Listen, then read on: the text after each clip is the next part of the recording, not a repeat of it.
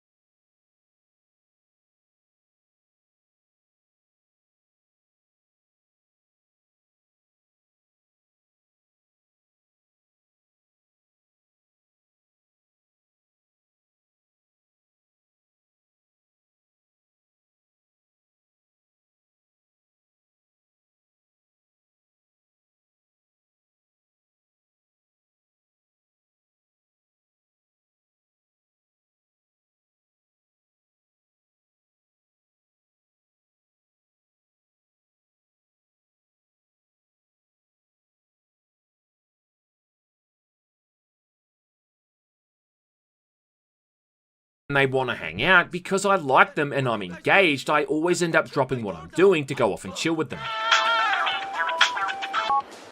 man, it's me. Let's play darts. There's also an endgame to hanging out with these guys, because the more they like you, you'll end up unlocking benefits to each of them. Little Jacob gives you access to this discounted armory in the back of his car, meeting you nearby to sell you a veritable arsenal of weapons with just a phone call.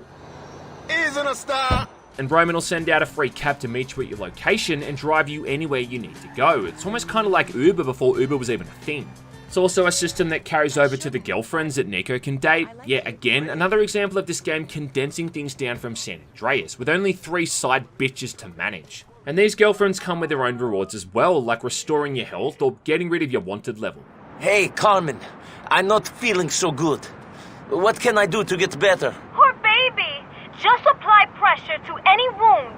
Call Carmen later, okay? Thanks, Carmen. I'm starting to feel better already.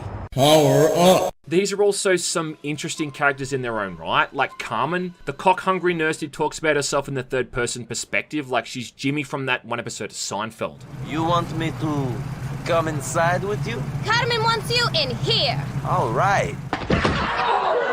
Jimmy down!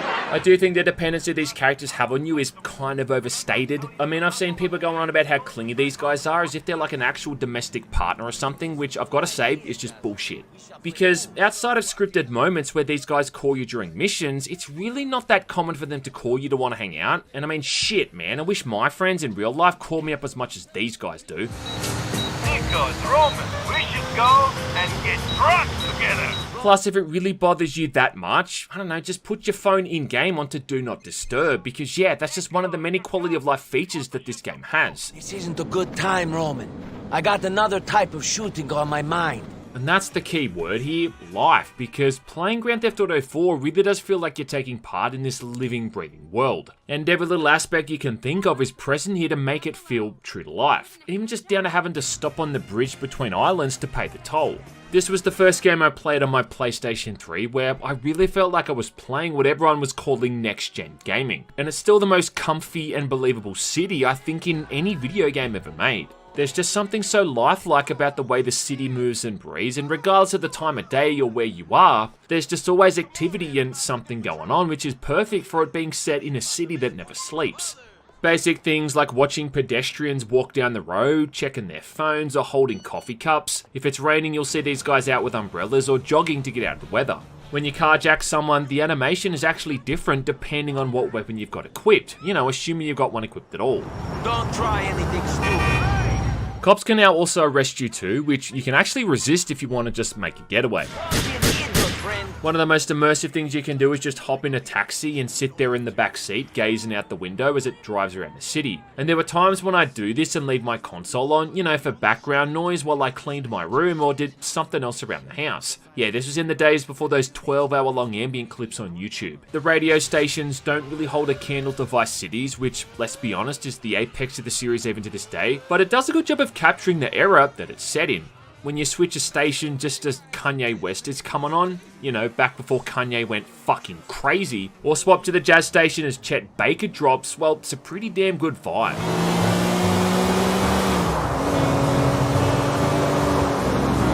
2007 and 2008 were really around the time when smartphones were starting to become a lot more popular, and this might be the first game to ever really implement them in such a profound way. Mostly just used to call your buddies, but also used for exposition when someone needs to call you to spout off a bunch of dialogue. It's a seamless way to integrate new and important information into the game without removing the player from the world itself. Yeah, what eyes can't see, the heart can't leave at it.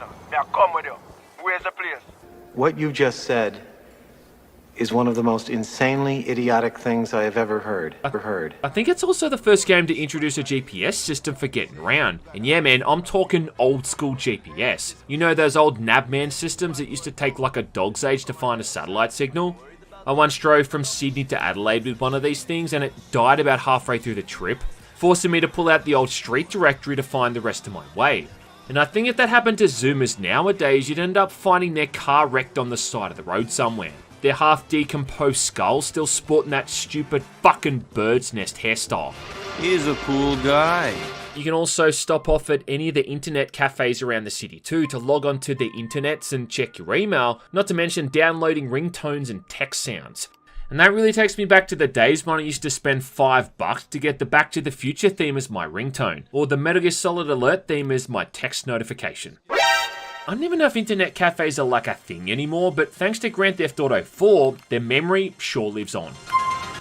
It's just such a detailed city, and I feel like every time I go back to replay this thing, I find something new that I never knew existed. Like, I only realized on my recent playthrough that if you take too many photos of the girls at the strip club, you know, even for scientific purposes, well, it pisses off the security guards. It all looks about as good as you'd expect an almost 15-year-old game to look, I suppose. Visually, it's kinda hard to quantify, because the GTA games have never really been known for having amazing graphics. Even for the time, I think Grand Theft Auto 3 and Vice City were far from being the best looking games on the PlayStation 2. And by the time they finally hit the PC, well, they were just outright dated.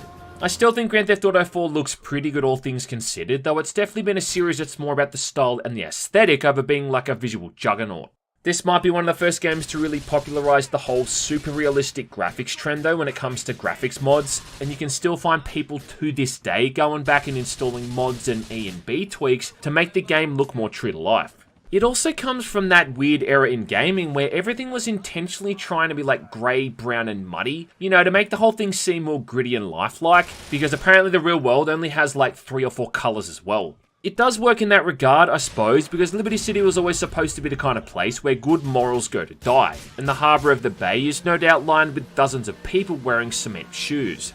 On the PlayStation 3 and the Xbox 360, Grand Theft Auto 4 is always locked around 30 frames per second, and the PC port needs a fair bit of buggery to get it above that. So I think the best way to experience it now is on the Xbox Series X, which gets it running at almost 60 frames per second almost all the time, even if it still won't change the fact that you're playing an early 6th generation console game.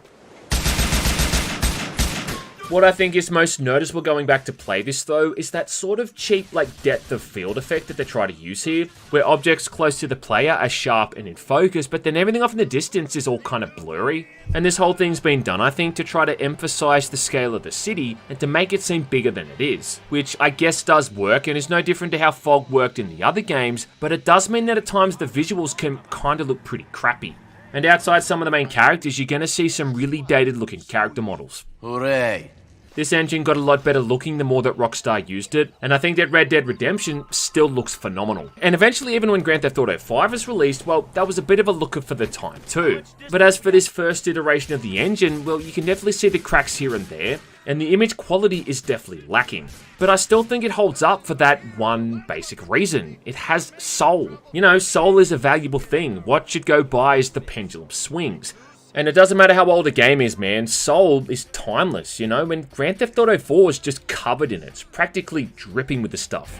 Let's get the fuck out of here, homeboy! It's kind of hard to properly explain what soul is, but I think the best way to describe it is when every single element comes together to create a truly engrossing and powerful experience. In this instance, it's because you really do feel like a criminal living in this organism of a city that always exists around you. From wearing crappy Russian import clothes at a dollar store to wearing swanky suits and working for the elite of the elite, you never feel disconnected from this journey. Why are you telling me this? A no better example of all these elements coming together is what I think is not only the best mission in the game, but also one of the best missions in any Grand Theft Auto game entirely.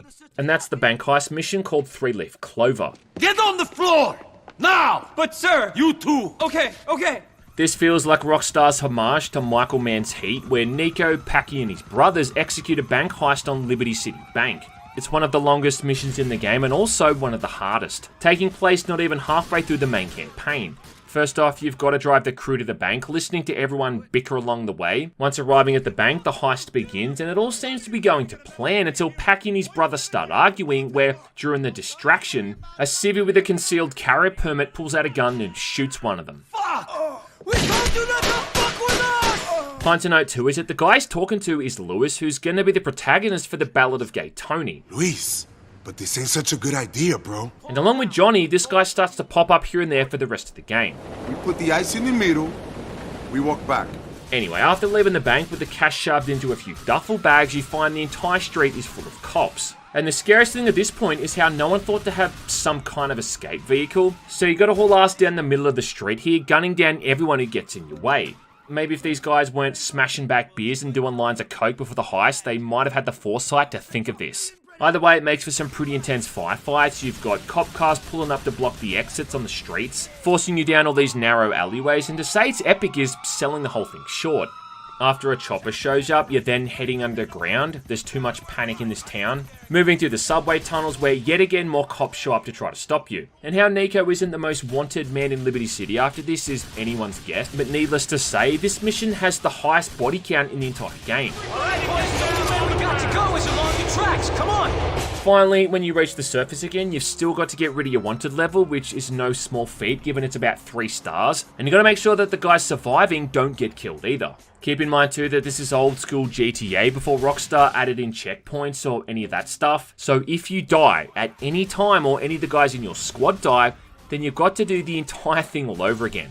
From picking up the guys at Packie's house and driving them across the town, through to committing cop genocide in the streets and the subways beneath Liberty City. But man, once you finally finish this mission, it's all worth it.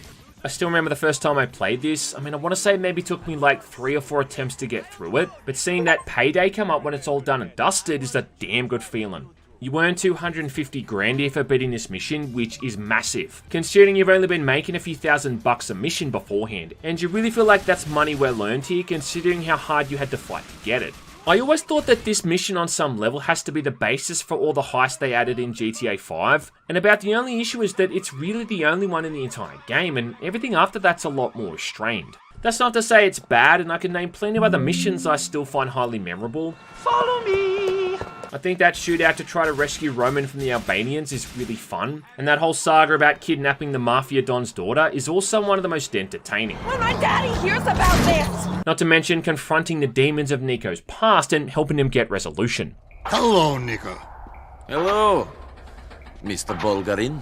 Now, keeping in line with Grand Theft Auto spin-offs, Rockstars would eventually release 2 DLC campaigns for GTA 4, episodes of Liberty City with the Lost and the Damned and then the Ballad of Gay Tony. Both taking place in Liberty City around the same time as the events in the main campaign. However, both of these couldn't be more different in tone. Lost in the Damned lets you play through an entirely new storyline as Johnny the Biker, who showed up in, 2 missions I think back in the main story, usually working alongside Nico. And what this whole arc covers is the power struggles within their biker gang when their president is released from jail, and then the working relationship that Johnny also has with Elisa Bader, a drug-dealing minor character from the base game. Wouldn't be the first man I tried that trick on, sweetie. The only thing is, whereas Grand Theft Auto 4 had 30 odd hours to build and develop all these relationships and dynamic between all these characters across a lengthy campaign, here the DLC attempts to do that in a fraction of the time, and it doesn't really succeed. The story starts with these complete strangers established as being really good buddies with Johnny, which is fine, but that's not the relationship that the player has with them. And Johnny's former brother-in-arms, Billy, who gets released from prison during the opening, is unlikable from the get-go. So, Johnny boy, where's my bike? And instantly starts forcing these guys to do all these kinds of dirty work. We lift this shit right now, and every deadbeat on the East Coast is gonna come after our chapter. So right off the bat, you don't even give 2 shits whether this guy lives or dies. I put some mescaline in with the weed, Dave. So I'd be very careful if I were you. Johnny's whole on and off relationship with his addict girlfriend Ashley is supposed to make him seem more endearing, I guess, but to be honest, just makes the guy look like an idiot. And I don't really understand how this otherwise confident and smart dude can somehow be in a relationship with this girl who spends more time with a crack pipe than she does with him. Well, my whole life's fallen to shit, sweetheart. And even after having played Grand Theft Auto 5 and seeing what ultimately happens to Johnny, it just makes the whole thing even more redundant. I think all anyone plays this for are those brief times when you get to see Nico and the other characters from like a different perspective. Nico, this is Johnny. Kind of same reason why I watch all of those crappy Marvel movies and TV shows, you know what I mean? On like the off chance I'll see Captain America or Daredevil. It's also dumb too how early on the gang is told that one of their members is killed by some kind of European, and then missions later Johnny meets Nico, and it somehow doesn't click that this could be the guy responsible. I got a new guy going along with you. He's from Eastern Europe somewheres. Yo! Hey, man! Now, playing as a biker, a big part of the DLC involves cruising around on your hog, and you can even call your buddies in for backup at any time too, which is kind of cool. Now, you know, only a chapter head like Billy can ask for that kind of help. You'll spend a lot of time here cruising around with your boys and listening to Alice Cooper, Deep Purple and Motley Crue. It's a bit of a testament to how good the licensed music is in this game, you know, capturing the feeling and the mood of the person and the world you're caught up in. But the thing is that riding a motorbike is way more dangerous than driving cars, you know, almost like how it is in real life. And you just make it so much more likely to be shot or killed when you're driving a bike that there's just no good reason to use these over cars. I think honestly too, like 90% of the missions in this DLC end up with you having to outrun the cops and, you know, lose your wanted level, and trying to get away on a motorbike when you've got like a 3 or 4 star rating is just fucking suicide. If you can't see the inherent tactical advantage here and trying to drive away from people shooting at you on a motorbike, well, look, I don't know what to say.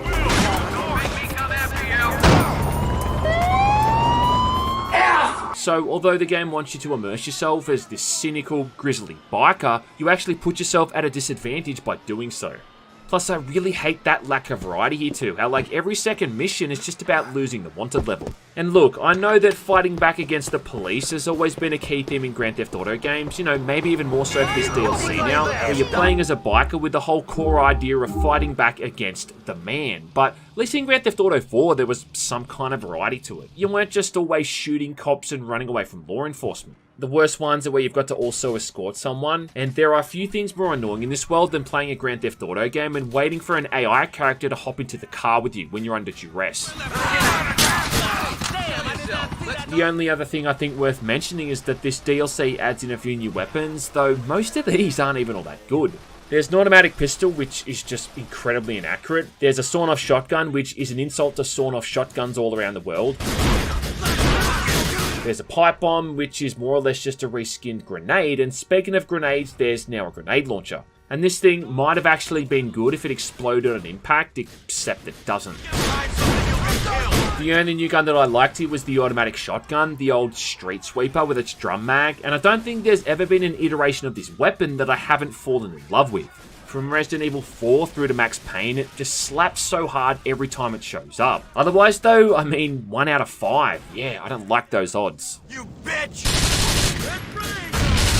This was actually the first time I went back to play this DLC since it first came out, and I don't know if it was the fact that I played it back to back with Grand Theft Auto 4, which probably wasn't a good idea. Either way though, I just didn't find this very fun to play through. It's not entirely Rockstar's fault though. I mean, trying to make something like this after GTA 4 would be like Martin Scorsese making Goodfellas, and then he goes to try and make some kind of spin-off starring Frankie Carbone. One where he drives around all day making coffee for Jimmy. Come on, make that coffee to go. Let's go.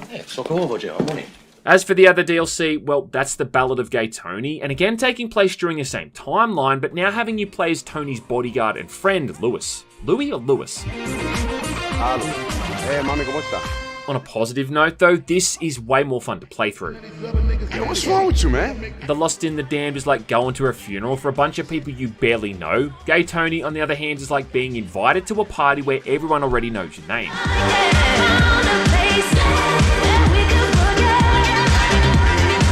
And that's the whole central theme of this DLC, man. Partying. There's even minigames where you can hang out in a nightclub and dance with women and get laid in the bathrooms. Nice. The main story here eventually revolves around when Nico and Packie kidnapped this side character, Gracie, which took place near the end of the original campaign. Lewis and his buddy Tony, who were really only throwaway characters in the base game, now play a much more central role. I'm such an idiot. With Gracie being close friends with Tony and Lewis just being caught up in everything out of some kind of allegiance. It's kind of funny though that they call it the Ballad of Gay Tony, considering he's not even really in it for the first few hours of the story. Most of this time you're going to be going around doing jobs for other people to help pay off his debts, one of whom happens to be Brucey's brother, Maury. Tony owes you money. Tony's my boss and my friend, so I'll help you out a little. And another being a rich Arab property developer named Youssef, who is one of the funniest motherfuckers in the entire series. Sure, bro, sure. There's not really any point to any of this though, again just outside of those brief glimpses where you get to see someone like Nico. Lewis is one of the poor folks who was stuck in the bank when Nico and the McCrearys rob it, and then later on he directly ambushes Nico's diamond deal at the City Museum. The other times you get to see Roman and Brucey are actually kind of funny and almost worth the price of admission alone. And why they didn't just make a spin-off featuring these two guys is anyone's guess. Could be like a whole saga.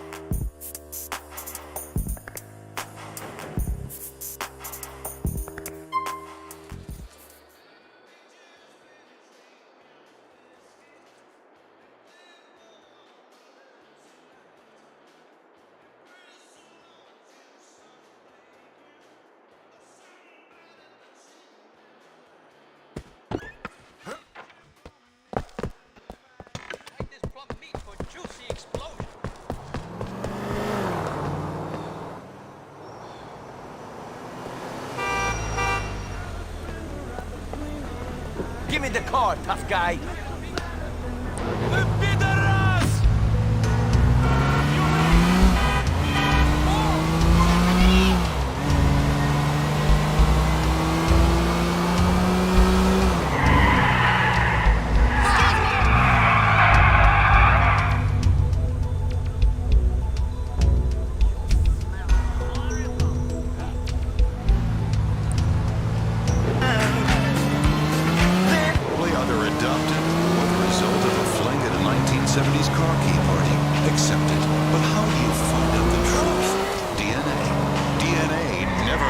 Except in a few rare sexual assault cases. Call Double Helix DNA Search today and find out who's really your daddy.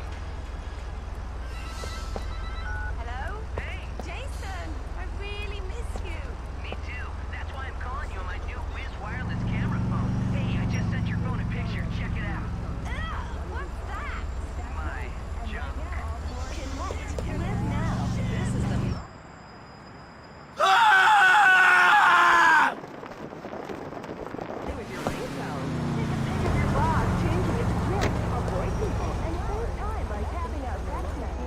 Do not move. A must. Fuck you! It's just a car, so get out, now! Someone pop! Fusion, head now. Hurry the hell up!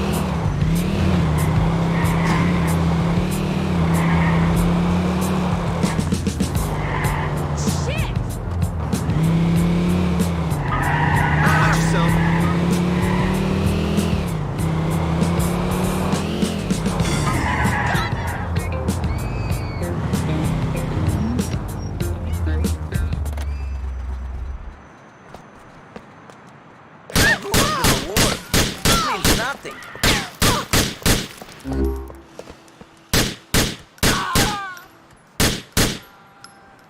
But I didn't do anything. Stay down there. Shut them now. Come on, man. Out of here. We've got a shooting. Western, Shasta. Be cool.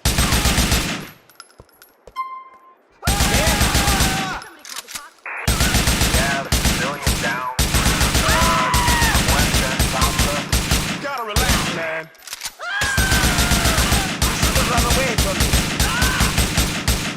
Fuck is wrong with you? That ain't cute. Now shut up.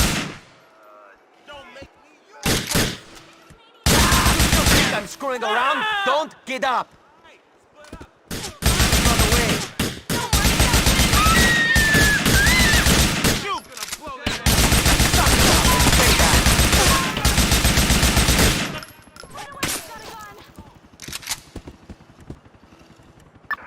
All hands to shootout in Western, Shasta.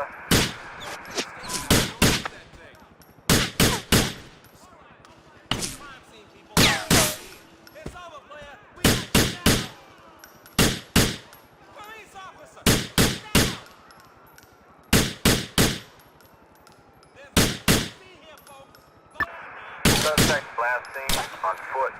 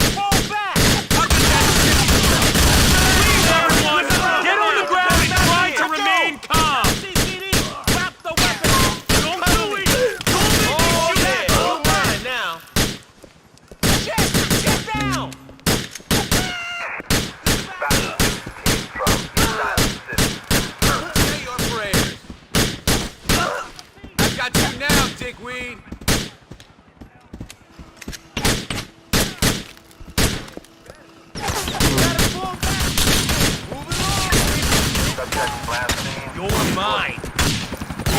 Cover me, man.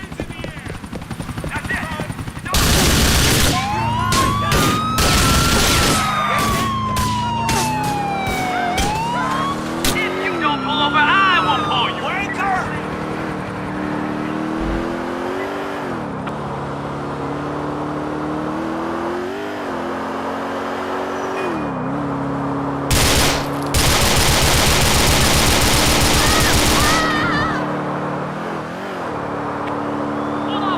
You be shugging up!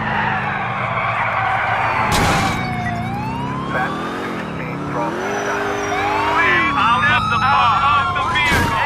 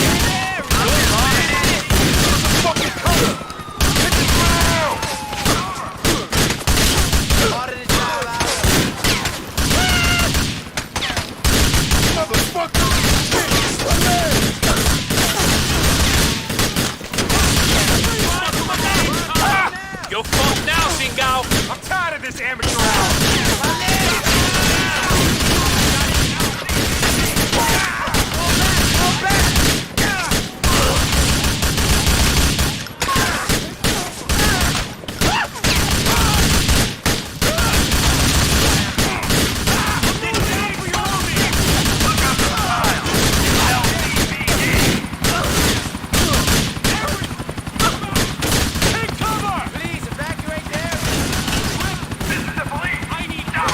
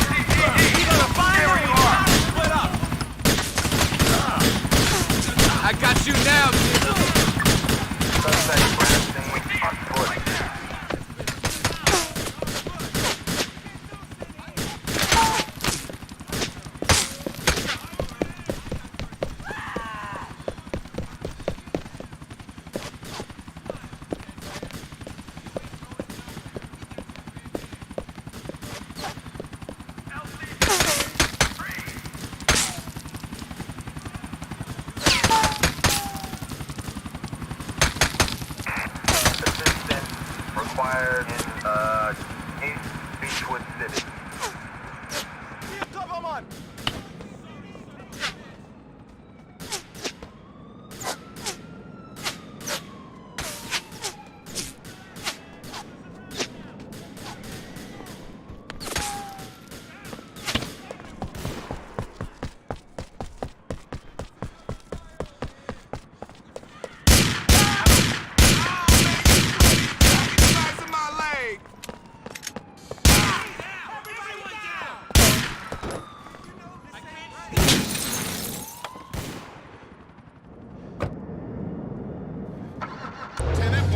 Push you down the stairs myself. All packed together. The incredible excitement of a game show. Okay, you have 10 seconds to tell the truth or you'll be set on fire. This isn't fair! Welcome to a...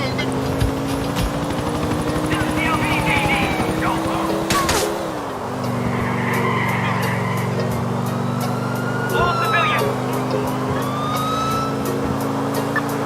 Subject westbound. This broad's husband gets home in an hour. I gotta get there first.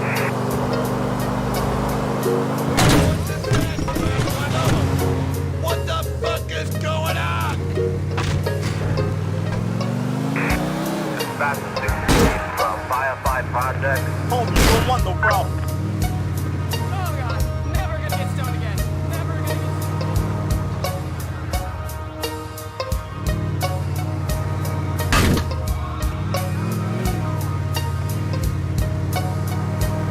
I'm managing artists now. They got me lighting up more than ever. Oh, no doubt, all of them.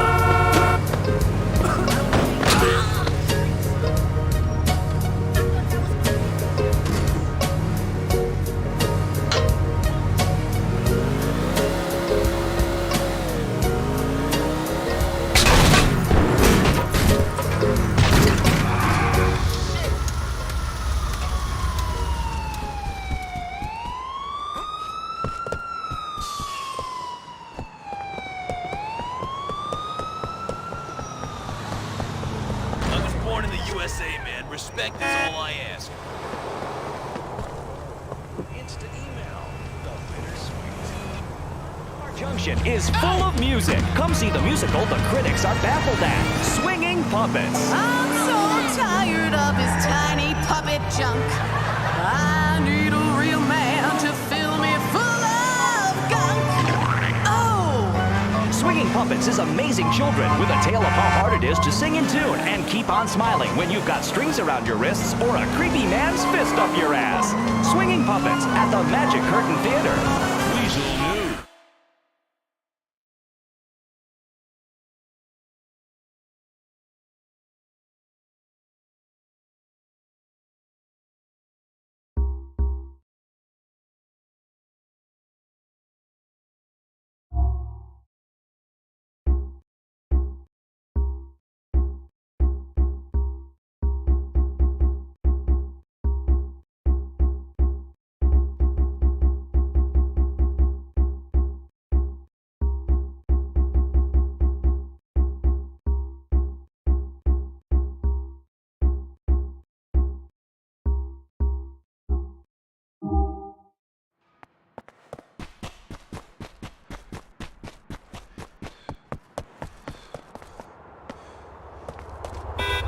Fuck off!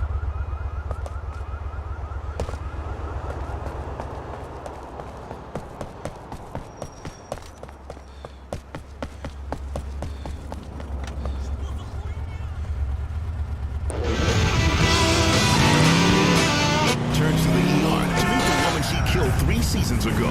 Jeremy comes back from Africa to discover he's wanted for murder. And lots of people die. Medicate Me. It's a relaxing home entertainment drama for the whole family. Thursday nights at 9, Central on CCC. From the place that's the most free in the world, Liberty City, USA. When you die, it doesn't have to be the end. Hi, I'm Uzi Fitzsimmons, and I know that you, your animals, even women, have an essence that continues to flow after the death of a body. In ancient Egypt, where they were fascinated with triangles, fan cats, and incest, the mummification process ensured that in 1,000 years, you'll still look great, and your spirit can make love after death. Wow, now you can too. Preserve your heritage.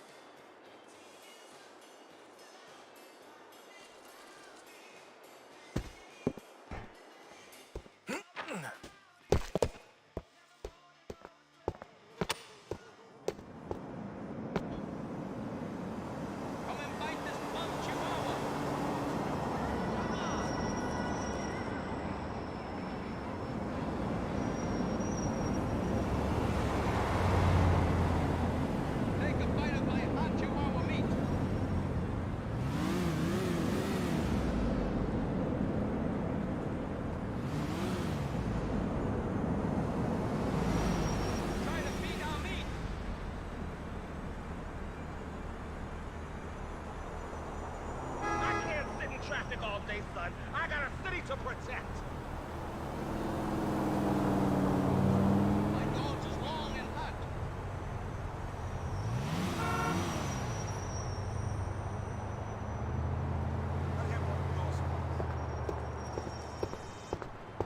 Hello?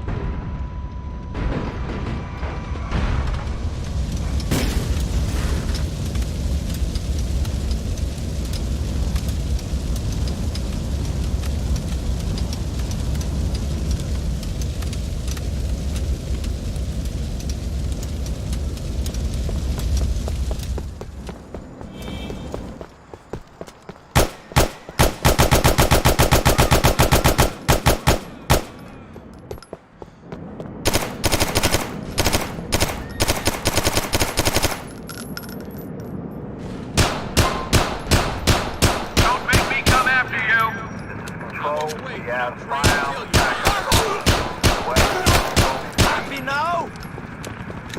Shot! I've been shot! Fuck! Air units from Firefly Island.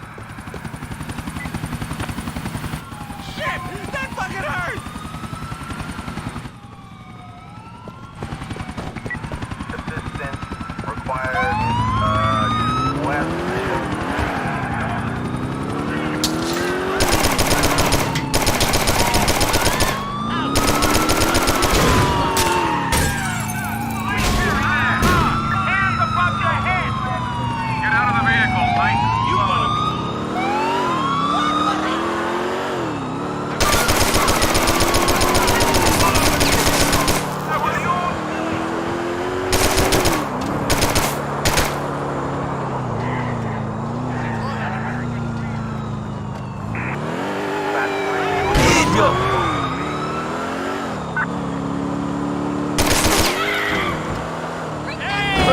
me!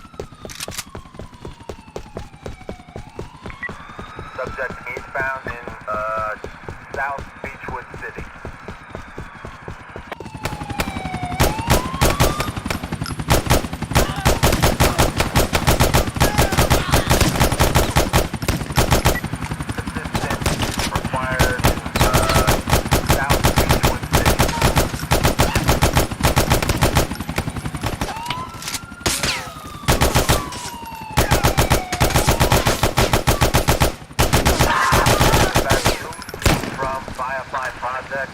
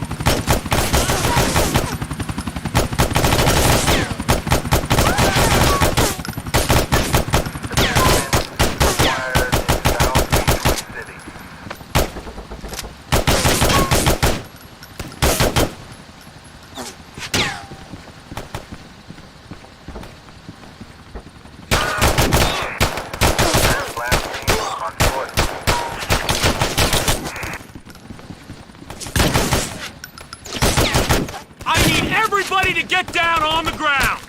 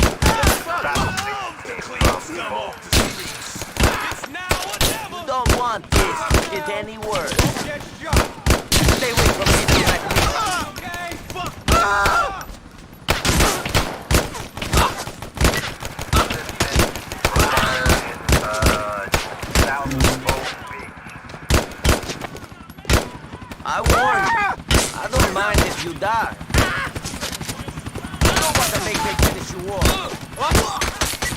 Suspect last seen on foot.